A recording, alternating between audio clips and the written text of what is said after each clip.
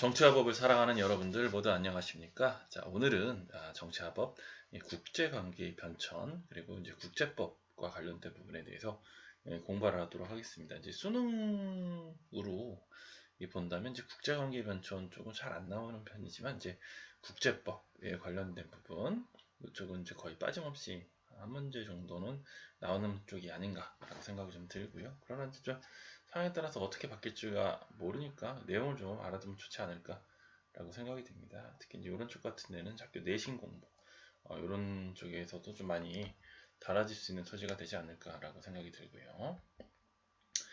이제 국제관계 변천 과정을 보는데 이제 정치화법 교과서에 나오는 부분은 이제 사실 유럽이라든가 영미 이런 쪽을 가지고 이쪽에서 중심으로 공부를 합니다.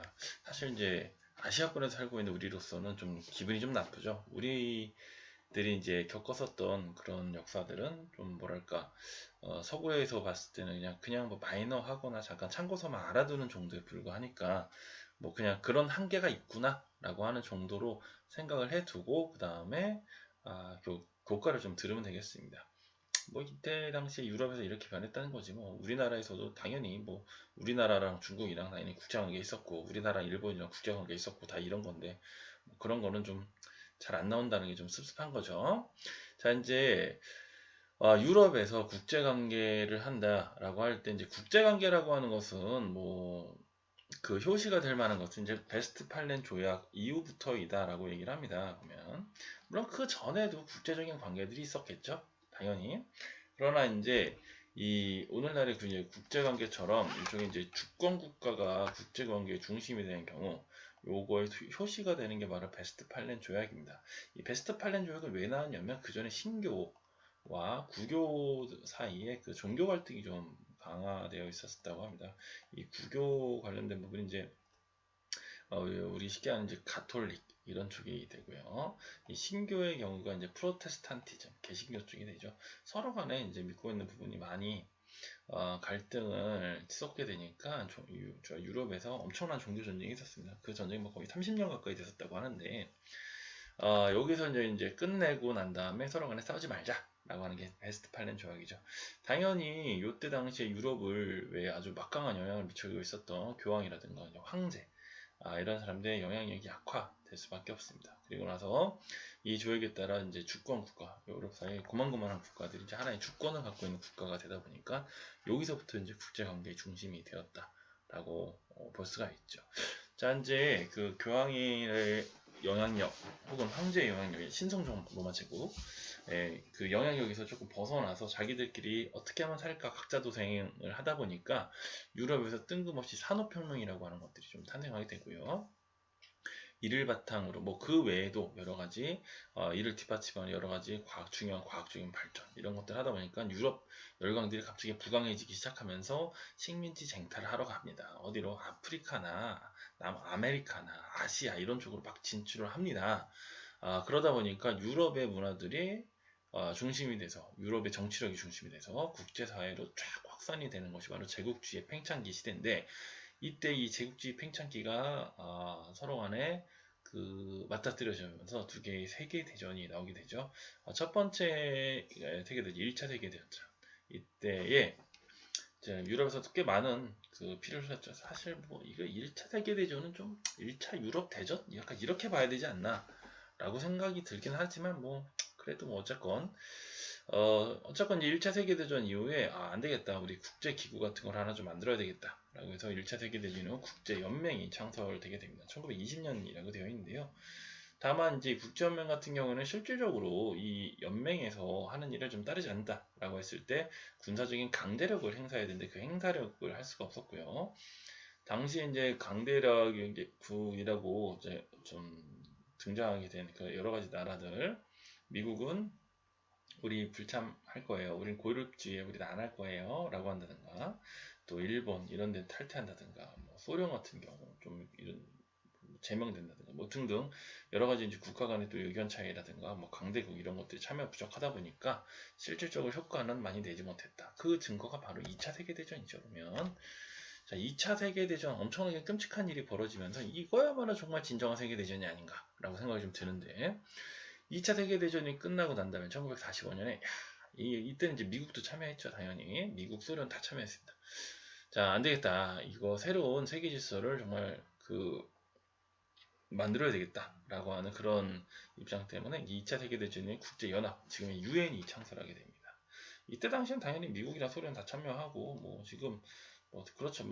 다 참여했잖아요. 보면 강대국이 참여했었던 거랑 국제연맹의 한계점, 특히 이제 강제력을 행사할 수 있다라고 하는 거 보면 이런 것들이 많이 보완되어 있습니다. 그렇지만 이제 이때 당시에 세계는 굳이 따져본다면 이념적으로는 자유주의 진영과 공산주의 진영으로 나누어지게 됩니다. 미국을 중심으로 하는 자유주의 진영과 이제 소련을 중심으로 하는 공산주의 진영. 여러분들은 소련을 잘 모르고 러시아 이렇게 생각하는데, 선생님이 초등학교 때 이럴 때는 러시아가 아니라 소련 이렇게 됐었습니다.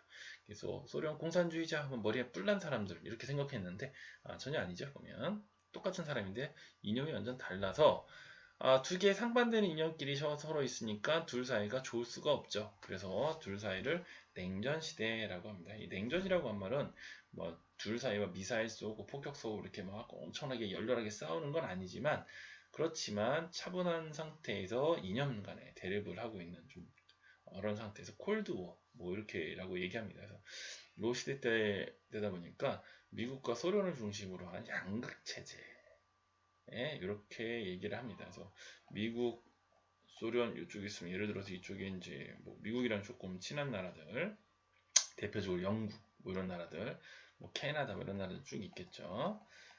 이탈리아 등등. 이쪽은 소련에 있으면 당시에는 동독이라든가 등등 중국 이런 나라들 이런 좀 같이 서 있는 거죠. 보면 계속 양국으로 또 두 개로 나눠져 있었다 해서 양극 체제라고 합니다. 이때 당시에 이제 의미 있는 선언을 했었던 것이 이제 트루만, 당시 미국 대통령이 얘기했었던 트루만 독트린입니다. 쉽게 말해 미국이 자유주의 진영에 있는, 당시 이제 유럽에서 세계대전 끝나고 났으니까 얼마나 유럽은 황폐화됐겠습니까? 전쟁터가 자기네 나라 땅에서 벌어진 건데, 그러니까 이런 나라들을 좀 도와줘야 된다라고 해서 우리 자유진영 쪽에 국가들을 도와줘야 된다. 군사적, 경제적으로 전부 다 도와줘야 된다라고 하는 게 바로 트루만 독트린이라고 하는 선언입니다. 하지만 세상은 쭉 변해져 가면서 그렇게 차가울 것만 같은 냉정시대가 점점 부서지기 시작하면서 각자 도생의 길로 좀 넘어가는 그런 과도기적인 단계가 있습니다. 왜 그러냐면 이때를 이제 탈냉전 시대라고 하고요. 굳이 지금도 따진다면 이제 냉전이 더 이상 있는 건 아니니까, 물론 지금 미국이랑 중국이랑 서로 간에 새로운 냉전 시대 아니냐 이렇게 얘기도 하고 있지만, 좀 그건 이때 당시에는 비교할 수 없는 거고요. 이때 이제 제3세계 국가, 즉 자유주의 진영이건 공산주의 진영이건 어디에도 서지 않았었던 제3세계 국가들이 많이 부상하게 됐죠. 고만고만하게 조그만 나라들. 그렇지만 국제연합에 따르면 한 국가는 한 표를 갖고 있으니까 쪽수는 많은 국가들, 그렇죠? 이런 나라들이 영향력을 발휘하기 시작합니다. 또 이제 미국, 중국과 이제 수교하는 그런 것들로 인해서 긴장이 많이 완화되게 됩니다. 이 미중 수교와 관련된 것 중에는 이제 되게 재밌는 사례가, 영화 이제 포레스트 검프라고 하는 영화에 보면 톰 행크스라고 하는 배우가 미중 수교를 위해 탁구 외교, 당신이 핑퐁 외교라고 하는데 이 탁구를 치는 그 모습이 나옵니다. 보면 실제로 그랬다고 하더라고요. 그러면서 이제 몰타 회담이 이제 나오게 됩니다. 이거 상당히 중요한 부분입니다. 몰타 회담 딱 나오면 냉전 체제 종식합시다라고 미국과 소련의 두 지도자가 만나서 이제 냉전 끝 합시다라고 얘기했습니다. 이때 당시 이제 몰타 회담을 이끌었었던 분이 이제 누구냐면 여러분이 미국 대통령 중에 조지 부시 대통령이 이제 두 사람이 있는데, 요 아들 부시는 이제 2001년도에 9.11 테러 사건 요때 당시에 대통령이었고, 그 아버지 부시가 있습니다. 아버지 부시, 이 아버지 부시가 요때 당시에 몰타 회담에 서명을 하게 되는 분입니다. 한 집안에 대통령이 둘이 나왔으니 이 부시라고 하는 집안은 좀 대단한 집안이긴 합니다. 알아봤더니 거의 텍사스를 기반으로 하는 석유 재벌 집안이라고 하긴 하더라고요. 보니까 대단한 것 같습니다. 보면 그렇게 능력이 뛰어난지는 잘 모르겠고요. 그리고 이제 이쪽 아버지 부시와의 상대 파트너가 유명한 소련의 고르바초프입니다. 요 두 분이 이제 서명을 하게 되고요. 거기에서 이제 동서독의 통일 이런 것들이 있었습니다. 그러니까 이제 세계에서 유일하게 분단 국가, 우리나라밖에 남지 않게 되는 다소 좀 빨리 개선되어야 할 상황이 되지 않을까라고 생각이 듭니다. 이때 당시에는 이제 이때가 내가 언제였더라? 중학생 때였던 거. 이때 이게 독일의 그 동독과 서독을 가로잡고 있는 것 중에 베를린 장벽이라고 있거든요. 이 베를린 장벽을 이 철거하는 그런 날이 있었었는데, 요걸 기념하기 위해서 전 세계 유명한 뮤지션들이 나와서 그 앞마당에서 뮤직쇼를 했었던 그런 기억이 납니다. 자, 넘어가겠습니다. 요 나와 있었던 중요한 선언들 중에 트루만 독트린이나 혹은 몰타회담 같은 거, 그리고 이제 베스트 팔렌저 뭐 이런 때 마다마다의 어떤 특징들이 있었는지 교과서를 좀 더 보면서 더 공부를 해보면 좋겠다라고 생각이 들고요. 오늘날의 그런 국제관계는 무엇인가라고 얘기를 해보면 가장 큰 특징이 이제 세계화라고 생각을 해볼 수가 있습니다. 세계화의 특징 보면 이제 국제 교류가 엄청나게 어마무시하게 증가되죠. 그리고 다양한 분야에 걸쳐 협력이 이루어지는 그런 모습을 볼 수가 있습니다. 물론 이제 갈등도 있긴 하지만 특히 이제 어느 정도 합의가 돼서 이루어진 것들 보면 이제 이산화탄소 배출, 감량이라든가 등등 자유무역 확대 이런 것들 어느 정도 좀 합의가 된 게 아닌가라고 생각이 듭니다. 당연히 이제 상호 의존성이 심화가 되죠. 서로 간의 교류가 대폭 증가하는 와중에서 예를 들어서 석유 이런 것들을 우리나라에서 중동에서 많이 갖고 오게 되는데 거기에 전쟁이 나버렸다든가 이런 경우에는 우리나라에 직접적인 영향을 미치게 되죠. 우리나라는 또 세계적인 반도체 생산국이기도 합니다. 근데 이제 우리나라의 또 경제적인 파급 효과가 크면 반도체 생산 이런 것들이 원활하게 이루어지지 않으면서 또 전 세계에서 반도체 공급이 쉽게 이루어지지 않는 그런 상황도 벌써 할 수가 있겠죠. 보면 또 이제 중국 같은 경우는 세계의 제조 공장이라고도 얘기합니다. 중국에서 뭔가 내정이 불안하다든가 경제 문제 생긴다든가 이러면 제조 부품의 원활한 수급 이런 것들 어려워질 수가 있겠죠. 등등등 아주 여러 가지 부분의 상호 의존성이 굉장히 골치 아프게 잘 엮여 있습니다. 그러다 보니까 이제 단점도 있는데 특정 국가의 정책 결정이 영향으로 개별 국가들이 국내 정책을 결정하는데 좀 제약을 많이 받는다. 그러니까 이런 거 전혀 서로 간에 우리는 단절되어 있다라고 하면 내 나라 내 땅이니까 내 마음대로 할 수 있지만 서로 간에 영향을 주고 있는 상황이라고 한다면 뭔가 내가 하나 만드는 거 하나만으로도 다른 나라의 정책 결정을 잘 고려해야 되는 부분이 있습니다. 이거 최근에는 이제 저런 것들이 있죠. 미국의 조 바이든 대통령 당선자지만 트럼프 대통령이 이제 정권 인수 오케이 해라. 하지만 소송은 계속하겠다. 이런 입장이니까 어쨌건 대통령으로 이제 취임하게 될 것 같은데 이제 조 바이든 대통령 같은 경우에는 이걸 주장했었죠. 야, 환경 문제 확실하게 하자라고 해서 이산화탄소 배출이 많은 나라의 국가의 제품들은 우리가 사지 못하게 하거나 혹은 세금 엄청나게 물겠다.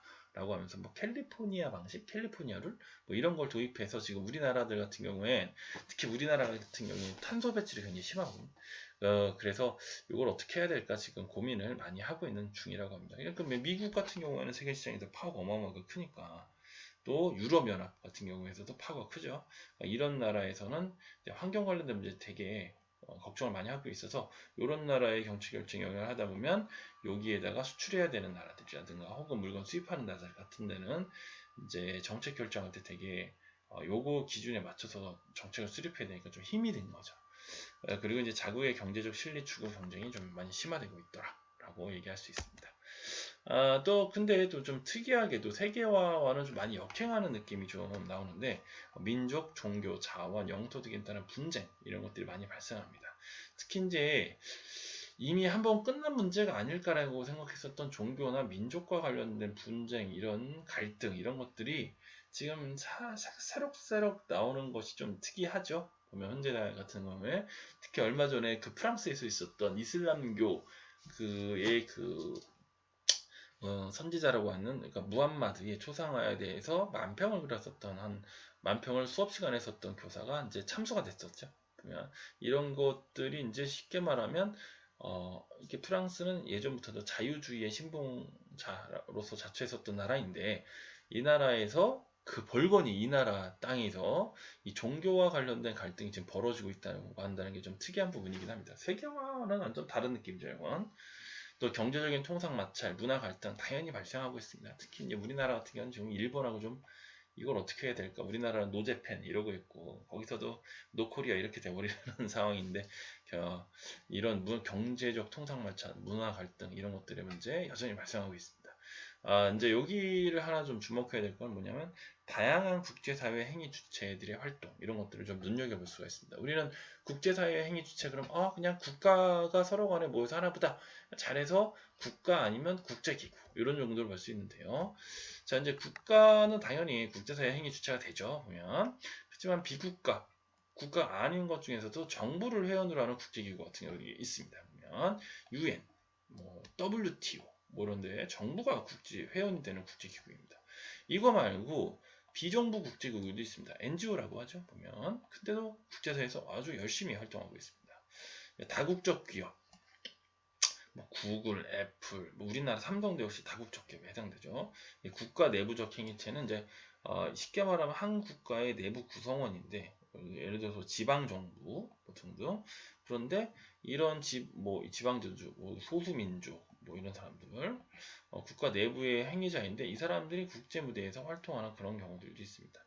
그러면 지방정부끼리 서로 간에 연대를 맺는다든가 이런 경우가 해당될 수가 있겠죠. 보면 그리고 이제 국제적으로 영향력 있는 개인 예를 들어서 이 사람들 개인으로 봐야 되는가라고 하는 데선 이론의 여지가 있긴 하지만 개인적으로 이제 교황 여러분들 현재 프란시스코 교황 이분이죠. 국제적으로 상당히 영향력이 있는 개인이라고 봐야 되지 않을까라고 생각을 합니다. 그 다음에 전직 국가 원수 혹은 영향력 있는 기업인 이런 경우도 될 수 있습니다. 전직 기업인 대표적으로 이제 아주 영향력이 큰 전직 기업인 출신은 이제 빌 게이츠를 들 수가 있죠. 그러면 지금 공식적으로 이분은 빌 앤 멜린다 게이츠 재단 이사장. 그러니까 경영 안 합니다. 마이크로소프트하고 인연 끊었는데 하여튼 그렇지만 여전히 큰 영향력을 발휘하고 있는 개인이죠. 그러면 이런 경우가 해당됩니다. 교황은 조금 글쎄 좀 약간 예를 들어 달라이라마 이러신 분들이 이렇게 영향이 있을 수 있죠. 보면 국제법의 의미와 법원에 대해서 생각하겠습니다. 국제법이라고 하는 것은 국제사회 행위 주체들의 관계를 규율하고 국제질서를 유지하는 규범이나 또 오타 났네요. 하루라도 오타가 없으면 입안에 가시가 놓치는 규범이나 원칙을 말합니다. 자, 여기가 이제 오히려 수능과 관련돼서 되게 중요한 얘기죠. 자, 그러면 이제 어떤 게 있어요? 크게 봐서 조약, 국제관습법, 법의 일반 원칙 세 가지로 교과서에 나와 있습니다. 조약이라고 하는 것은 뭘까요? 라고 보면 국가나 국제기구를 당사자로 일정한 법률적 교화를 발생시키기 위하여 체결한 국제적 합의가 있습니다. 이게 이제 양자조약과 그다음에 다자조약으로 나눌 수가 있죠. 양자조약 같은 경우 이제 대표적으로 보면 이제 한미 상호 방위조약, 우리나라 이제 주한미군 들어와서 우리나라랑 하고 서로 간에 방위 활동하는 거 이런 것들 조약 맺는 거 한국이랑 미국 둘이서만 합니다. 보면 이런 것들 볼 수 있습니다. 그다음에 조약이란 말 대신에 협약이나 협정이란 말도 쓸 수가 있습니다. 아까 여기에서는 양자조약 부분에 FTA 같은 경우에도 이제 기본적으로 양자 간에 하게 돼 있는데 협약이라고 하는 것은 뭐냐면 국제법 주체들의 공통의 행위 규칙을 마련하기 위해 체결하는 다자간 조약에 자주 사용한다라고 합니다. 파리기후 협약 여기에 회원국들 꽤 많죠. 100몇십 개 국가가 들어가 있다고 하는데 160개인가? 들어가 있다는데 이 사람들은 우리 이 협약에 들어오는 사람들 이런 기준에 맞춰서 이산화탄소 감축하도록 해 라고 협약을 한 거죠. 그러면 협정이라고 하는 말도 있습니다. 협정 같은 경우에는 이제 행정권에 관한 상황으로서 전문적인 주제를 다루는 경우가 많다라고 얘기합니다. 이제 우리나라에서 이제 협정 관련된 부분에서 제일 많이 쓰는 게 FTA죠. 자유무역 협정. 그래서 한미 FTA, 한국과 미국 간에 벌어지는 자유무역 협정 이런 것들 얘기하죠. 근데 여기서 하나 좀 걸고 넘어질 거는 국제관계다 보니까 이제 한일정보보호협정 이름하여 지소미아 지금 서로 간의 양국 당사자들이 이제 1년간 좀 더 연기를 시키기로 했는데 이제 일본과 우리나라 사이에 좀 관계가 좀 껄끄럽다 보니까 기사가 안 좋다 보니까 이걸 더 연장시켜야 되나 말아야 되나 지금 얘기가 좀 나오고 있습니다. 종료시켜도 우리 쪽에서는 크게 아쉬울 것은 없을 것 같긴 하지만 그래도 국제사회에 또 이루어지는 일이다 보니까 좀 신중하게 잘 검토를 했으면 좋겠다라고 하는 생각이 듭니다. 국제관습법입니다. 이건 오랜 기간 반복되어 온 관행을 국제사회에서 암묵적으로 따라야 할 규범으로 인정하자. 그래서 이건 효력이 있는 겁니다. 효력을 가지게 된 국제법입니다. 그래서 원칙적으로 국제사회의 모든 국가에 대해 포괄적인 구성력을 가집니다. 구성력 나오죠? 그러면. 근데 이제 국제관습법은 좀 모호할 수가 있기 때문에 포괄적 구성력은 있지만 뭐 암묵적으로 따라야 할 규칙에서 야 쟤는 암묵적으로 이걸 이렇게 따라야 되는 거라 생각하는데 나는 암묵적으로 이 정도까지면 되는 거 아니야? 라고 서로 간에 모호함이 있기 때문에 그래서 요즘 트렌드는 뭐냐면 야 이런 거 국제기구를 중심으로 해서 국제관습법 내용 조약으로 성문하자 라고 문서화하자 라고 하는 겁니다. 근데 이제 국제관습법의 내용 같은 경우 보면 외교관의 면책특권, 집단 학살 금지, 이게 제노사이드라고 하죠. 나쁜 짓입니다.